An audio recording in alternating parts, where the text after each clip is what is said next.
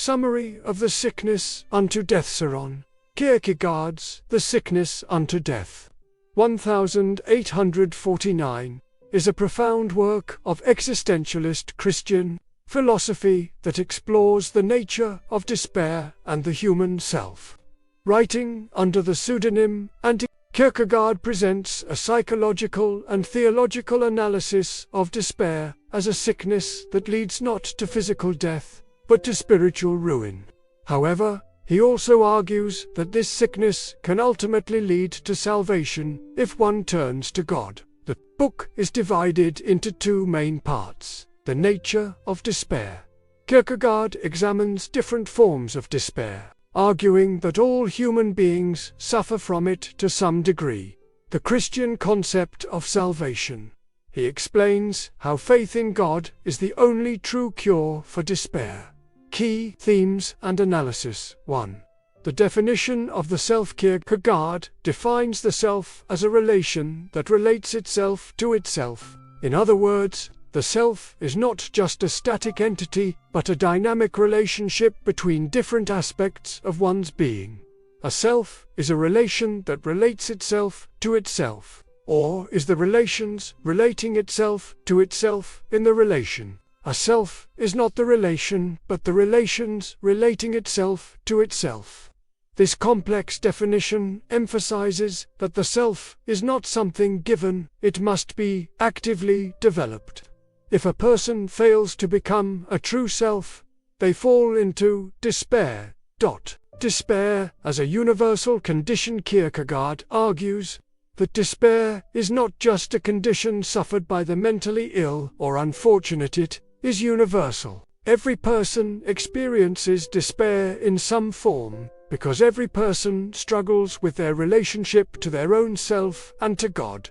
He categorizes despair into three levels: ignorant despair, not realizing that one is in despair; despair of weakness, realizing one is in despair, but feeling powerless to change; defiant despair, rejecting the self that God has given and attempting to create one's own self.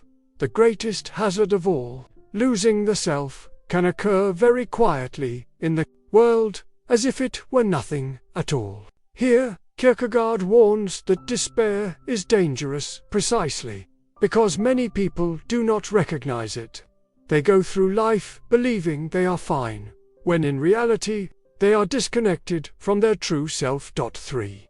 Despair and sin. According to Kierkegaard, despair is closely tied to sin, because it represents a rejection of God. True despair is not just psychological suffering, it is the soul's rebellion against its divine purpose. The most severe form of despair occurs when a person refuses to be the self that God has created and instead tries to be sufficient. The formula that describes the state of the self when despair is completely eradicated is this: in relating itself to itself and in willing to be itself, the self rests transparently in the power that established it. Here, Kierkegaard explains that the only way to overcome despair is to fully accept one's dependence on God. A person must not only recognize God's existence but surrender their self to Him completely. 4. The cure for despair, faith only. Way to heal from despair is through a leap of faithfully committing oneself to God.